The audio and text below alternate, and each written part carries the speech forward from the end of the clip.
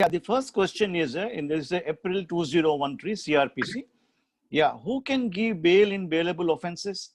I think this we have discussed. That is under section 436, both the police officer as well as the court. This is a very simple answer. Then for which offenses warrant trial is followed in CRPC? Okay, the answer is warrant is followed by before a magistrate in cases instituted on a police report under section 107, that is chapter 19. Check karo aap.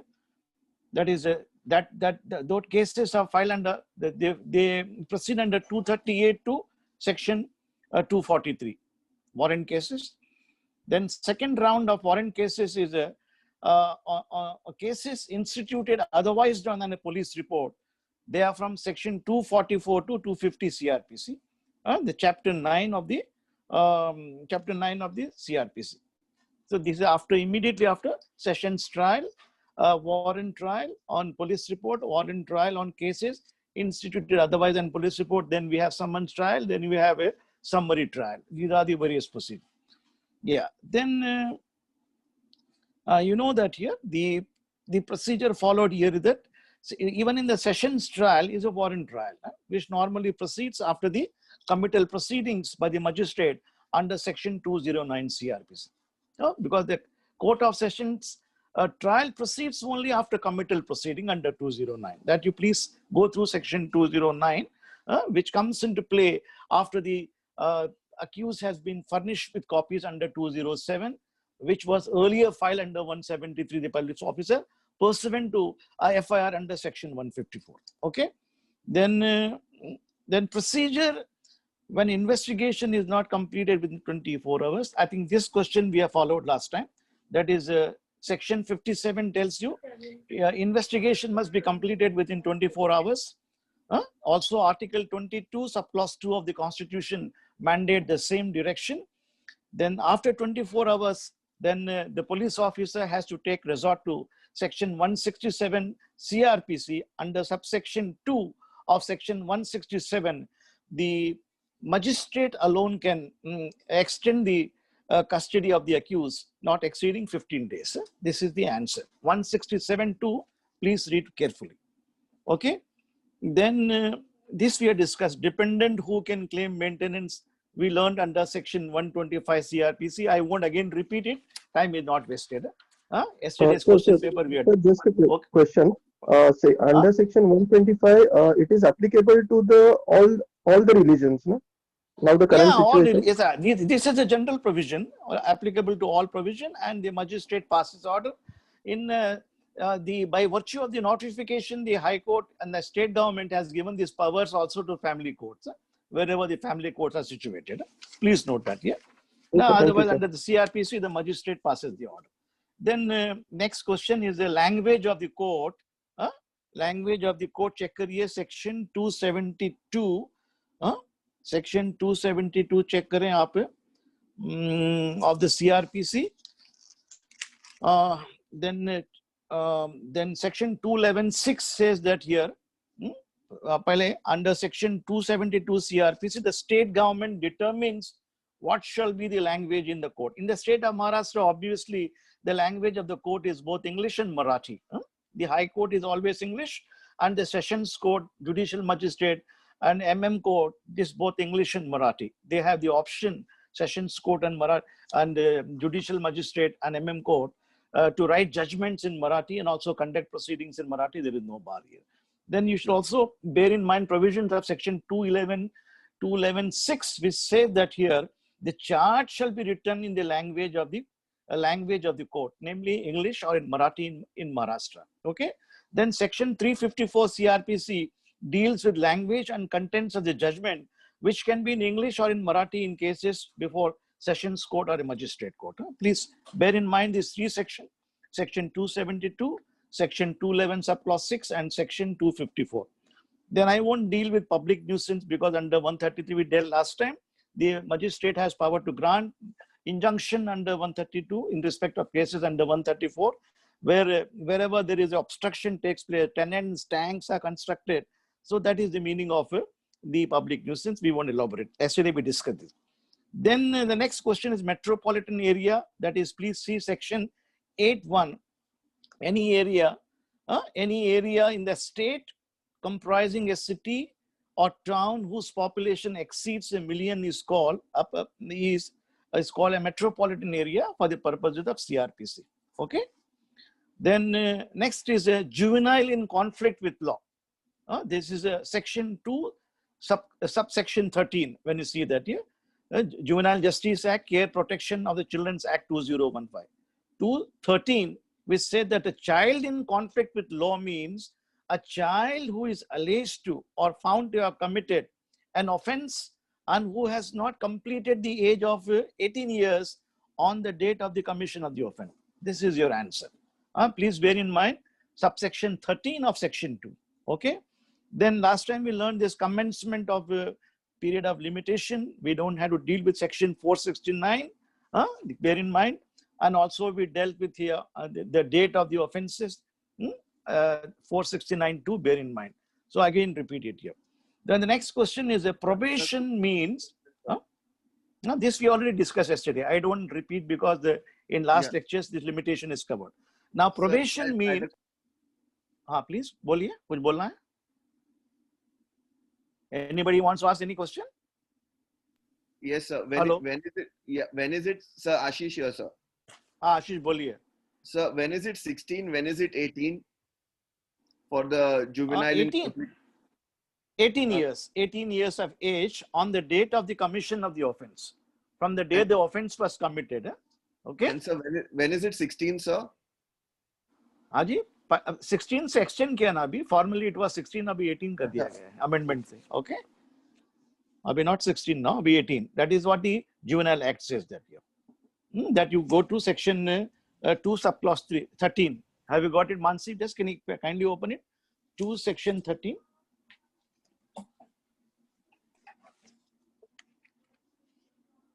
Subsection 13. See that a child in conflict of law means a child who is alleged or found to have committed an offense and who has not completed the years of 18 on the date of the Commission Act. And the earlier act, the act was earlier act has been now repealed. That is earlier act was of 2000. You must be aware of it, no? Yes. Yeah, that is now deleted. Don't go by the old act, no, go by the new act. Okay. Now come to my next. Probation means probation has not. So isn't the position opposite that now juvenile are 16 years and 18 is the adult? Juvenile, the act is still says 18 year because it has been proposed unless the act is amended. I don't think the act is amended so far. Please check it up. Because the copy of the act which I have got of 2019 says that 18 years. There has been a proposal to reduce it because in the wake of the fact that there are several children are committing offenses. But I don't think the amendment has taken place. So these are all proposals which have been put up. Just please check it up if that's so.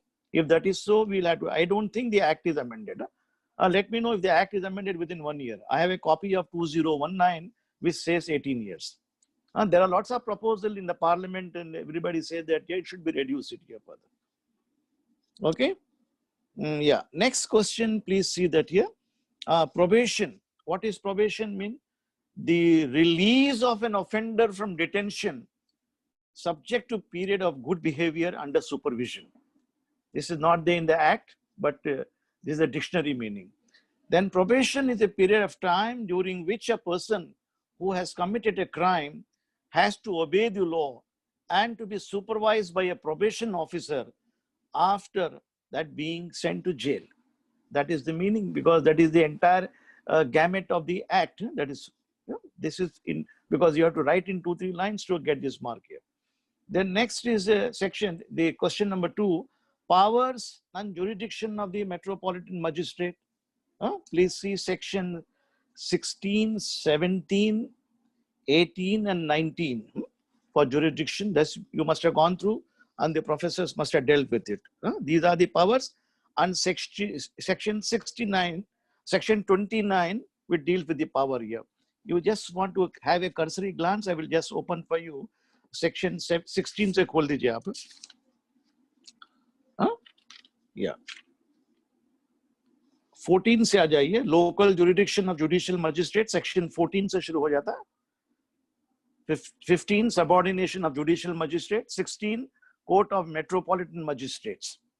The city of Bombay, Calcutta, Madras, Ahmedabad, they have metropolitan magistrates, their jurisdiction. Then 17, the chief MM court and additional chief MM courts.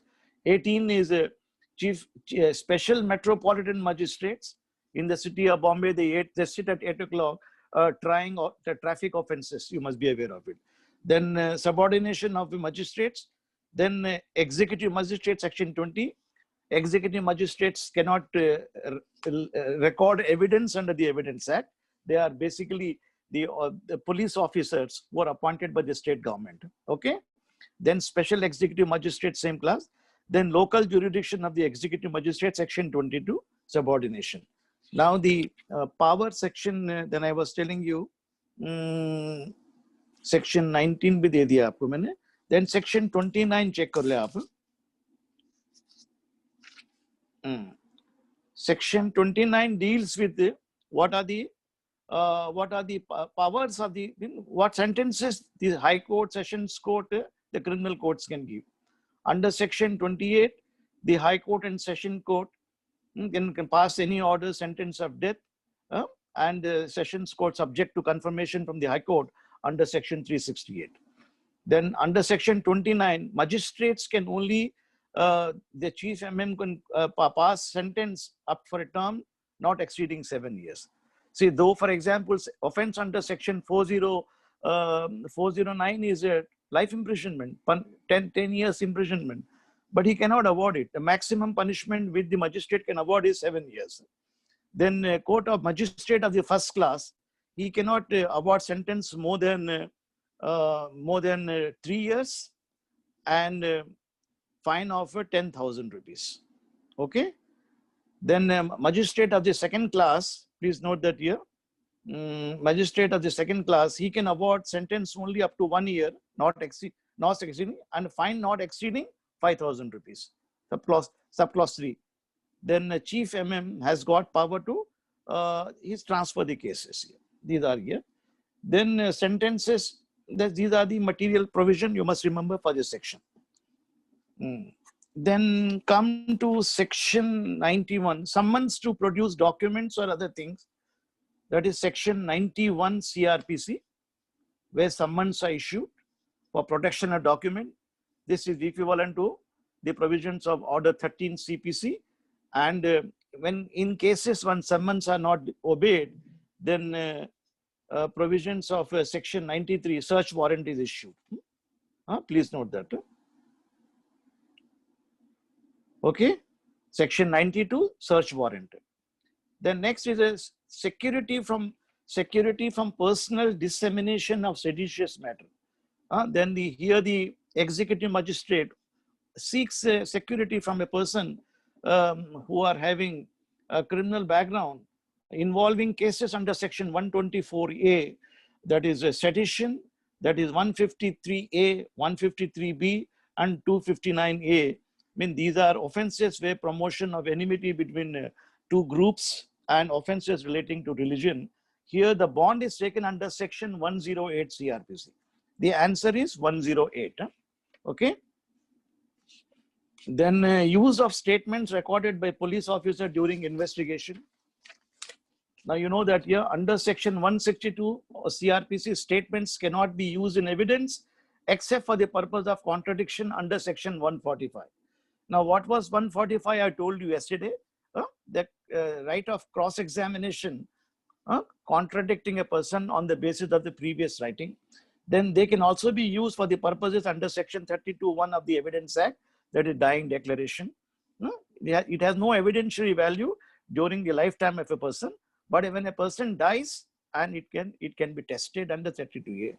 And they also can be invoked under section 27 of the Evidence Act, where a discovery takes place. Otherwise, the evidence, the statement under section 162 are required to be corroborated.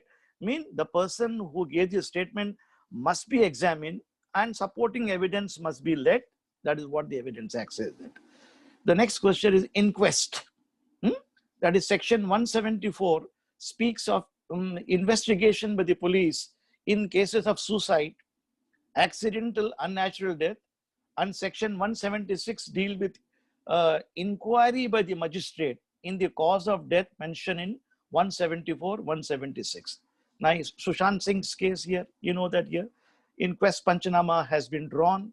The police officer normally investigates it, and the magistrate makes inquiries with regard to. Okay, please go through section 174. This is unlike section 154, which is the first information report. Now, the next question is a Juvenile Justice Board. Now, section 4 of the Juvenile Justice Care Protection of Children Act 2015 defines Juvenile Justice Board for exercising powers and discharging function relating to children in conflict with law. Now, here the board consists of the metropolitan magistrates, a judicial magistrate of the first class, or a chief metropolitan magistrate, and at least one women member forming the board minimum. That is, and no social worker will be appointed as the member of the board unless he has been actively involved in the health, education, welfare activities of the children for at least 7 years. That is the minimum requirement. Or as a practicing person who is practicing profession and holding a degree in child psychology or psychiatric, sociology, or a degree in law and other qualification as laid down under section 4 of the JJ Act. So please note that here. This is very important. Section 4 dekh lijiye aap. The next is a situation problem. This is very important, and pay attention here. Here I will cite some judgment of the Supreme Court. Now, situation problem. Yeah. What is the problem here? X filed a complaint against Y for dishonor of check.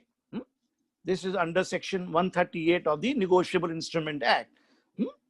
Then the trial court convicted Y and sentenced him to 2 years of imprisonment. So the punishment, maximum punishment has been awarded here. Now the court also directed to pay compensation of 50,000 to X. So here, not only imprisonment, also the penalty fine is also awarded. X preferred revision against this order to Sessions Court. Now, power of revision of the Session Court are under section 397 Cr.P.C. Please note that here. These are under 397, the Session Court has power, and the High Court also has a concurrent jurisdiction under section 401. Both Session Court and High Court have power to entertain revision application. So here he chooses to move the Court of Session under 397. Session Court again with. Then the said application was allowed and compensation was increased to 75,000. So X revision application under 397 was allowed. The court enhances the compensation from 50,000 to 75,000. Fair enough. Can X file revision against the order of the Session Court seeking further increase? So you mean to say that, can a second revision application be filed in the High Court? No, there's a bar. Please see, the bar is a section 397(3) mein dekhiye aap. Please, Mansi, can you open section 397(3)?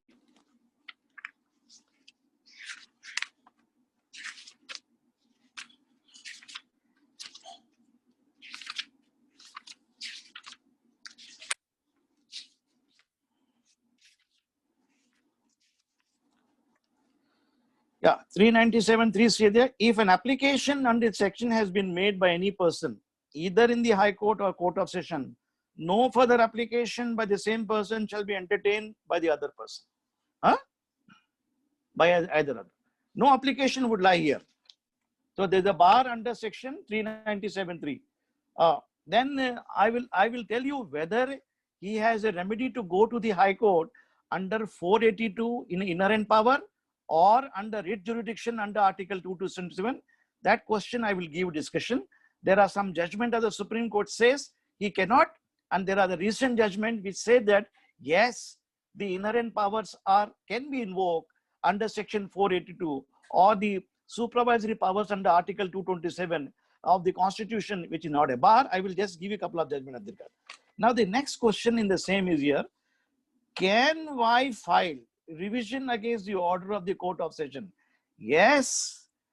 Here is the A is the person against he the person who was convicted, and he is also the person who has been directed to pay compensation. He can file a revision not in the Court of Session here, but he has to go to the High Court to file revision application under section 401. Now please, Mansi, kindly open section 401.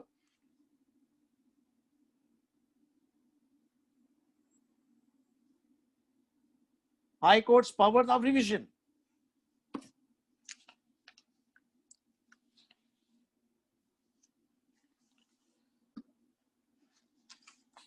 Now you have to pay a little more attention here. There was a big controversy when the remedy of revision is available under section 397 to 401. What is the necessity to have 482 and 227 in this regard? Now, one of the judgment here I'll give you here, the Supreme Court had taken the view in the case of Mohit. Just take down Mohini, Manti. Mohit Elias, Sonu versus Mohit versus Sonu versus state of UP, state of Uttar Pradesh. This is a judgment reported in the year AIR 2013, page number 2248. Here the law was that, the law was laid down by the two-judge judgment of Justice here, that if you had availed the remedy of revision under 297 or 401 CRPC, you would be barred from invoking section 482 CRPC. That means inherent powers could not be invoked, or nor you can go under Article 227. The Supreme Court took the view that here it amounts to circumventing the provisions of law. You know, this is the two-bench judgment. Then thereafter, this view was not agreed upon by the subsequent bench in Dhariwal's case. Dhariwal's judgment, Dhariwal tobacco product versus state of Maharashtra. This is a judgment reported in AIR 2009, a Supreme Court, page number 1032. Dhariwal's case, Dhariwal Tobacco Product Limited. Here the ratio laid down was that even if you had a remedy under 397 401 CRPC, your remedy under section 482 or 227 is not barred. See that here? Now these are bench of the same stack, two judges. Now there is a conflict of, there are two conflicting judgments of the Supreme Court on the same point of law, that when you invoke section 397 of 401, revisional powers of Sessions Court and High Court, and you cannot subsequently file the application under section 482, inherent power, or 227. Now this controversy was settled by the Supreme Court recently in a three-judge bench judgment in Prabhu Chawla versus State of Rajasthan. Please note that Prabhu Chawla versus State of Rajasthan. You may take the judgment. This is a three-bench judgment. AIR 2016, Supreme Court, page number 245. Here the 245. It laid down that here.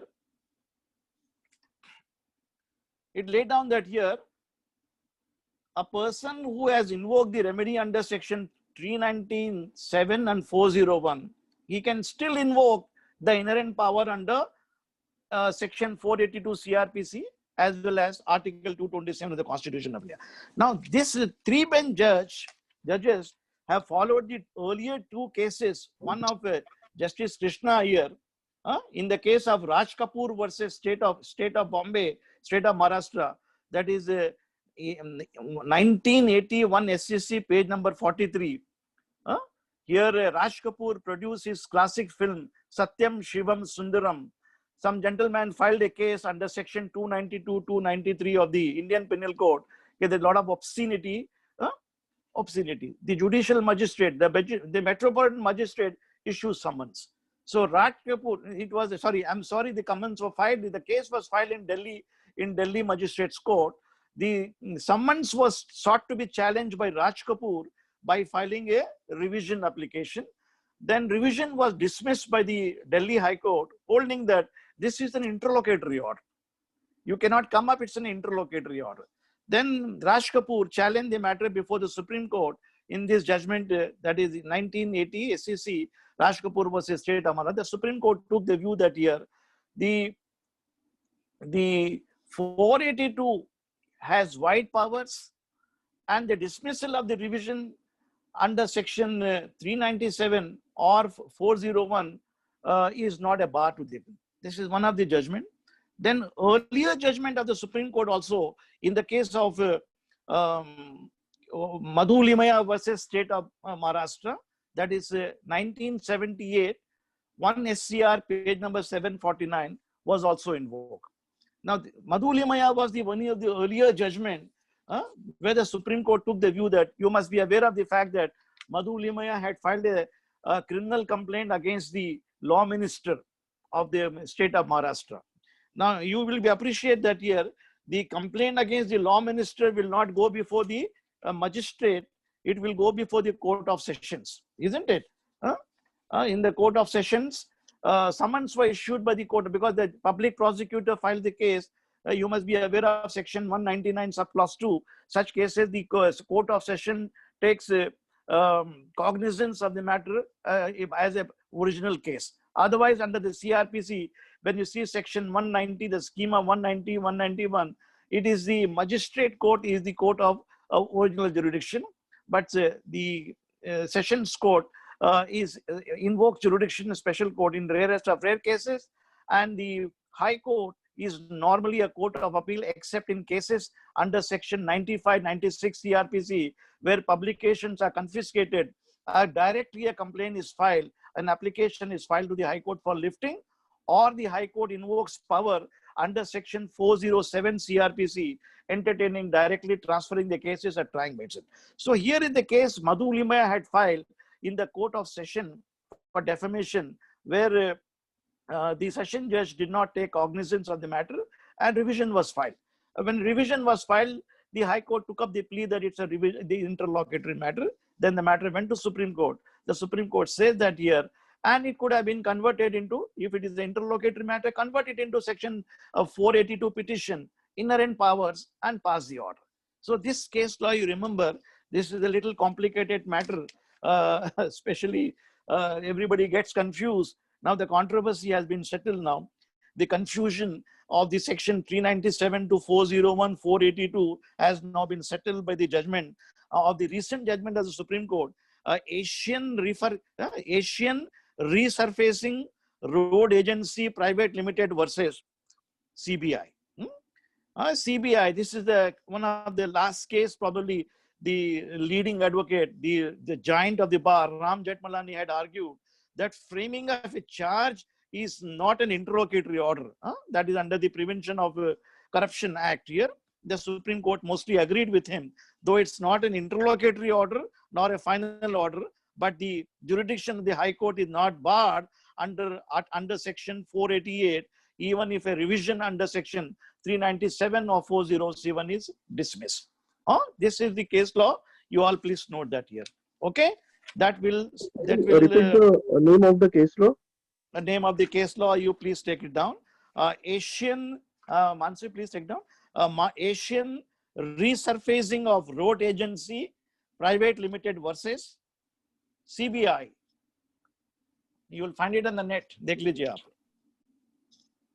aap. This is the leading judgment because even framing of a charge under section 211 CRPC, you learned that the session judge or magistrate court frames charges. Those charges are framed also, you can go and challenge it here. Then under the sessions code, you can go for discharge of the discharge application that the court should not frame the charges under section 227 CRPC. But you can also bypass the red remedy and go to the High Court directly also.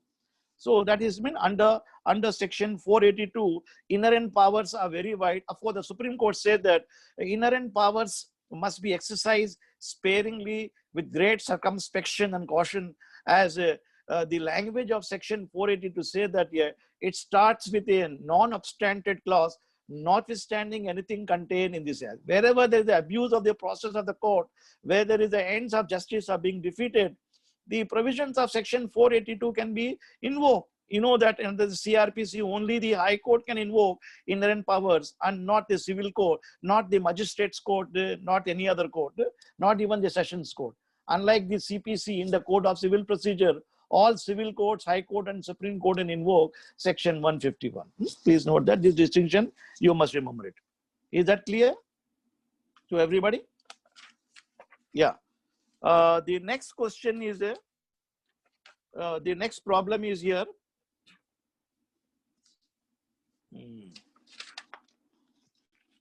One, I'm kidding. Next question is, C grievously injured D at Ahmedabad. D was taken to Kopregaon, his native place. After a long treatment, D died at Kopregaon. Which is the ordinary place of inquiry and trial in this case? Now please see section 179 CRPC. 179 देख लीजिए अब आप. Section 179 CRPC, both the place where the offense took place and the place where the consequences flow has jurisdiction to entertain the matter here. Mansi, please open that section 179. Okay. Then next question उसी के अंदर पूछा गया है.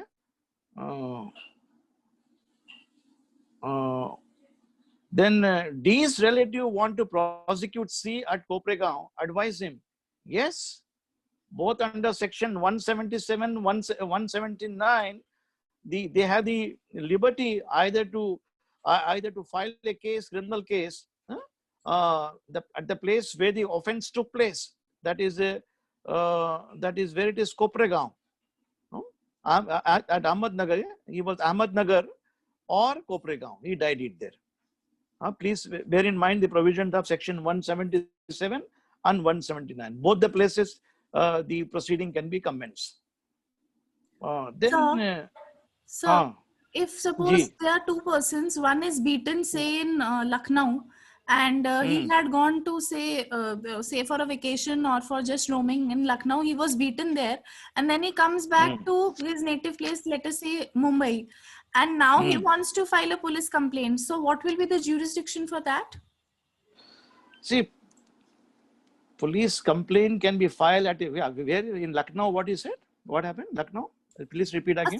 Assault, grievous hurt, whatever has taken place in Lucknow, but he has not filed a complaint there. He has now come back to his native place, let us say Mumbai. So jurisdiction entirely has changed. There was no assault or grievous hurt in Mumbai. No, yes, no. Here the jurisdiction will be Lucknow only.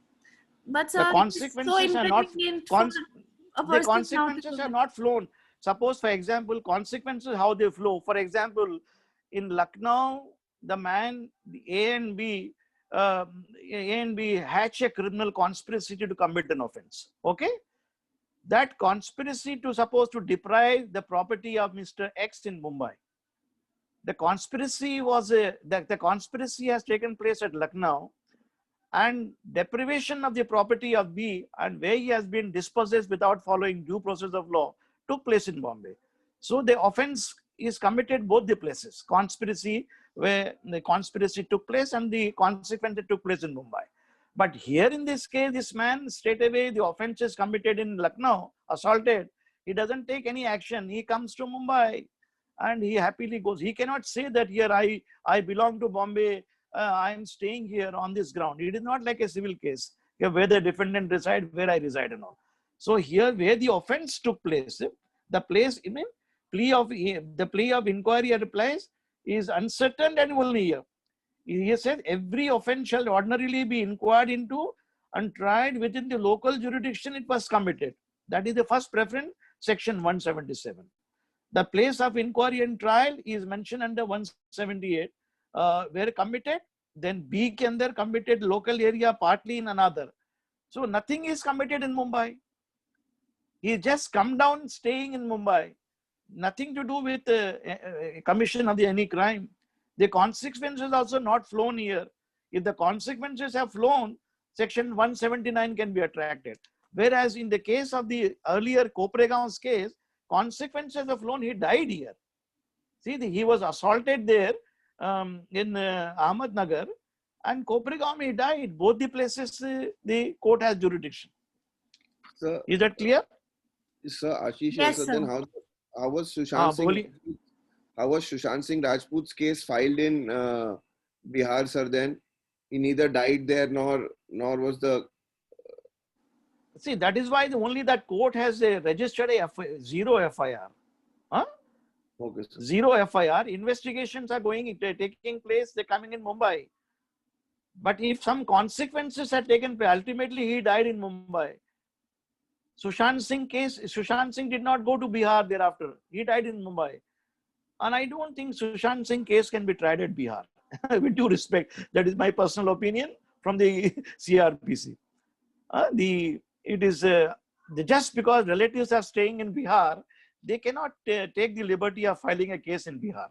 At the most, Bihar police can register a zero FIR. Zero FIR means FIR without giving number.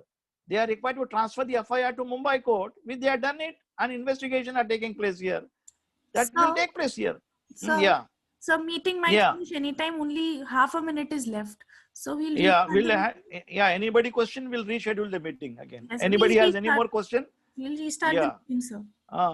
On the point of Sushant Singh case, my good friend Satish Manishinde will be able to answer you.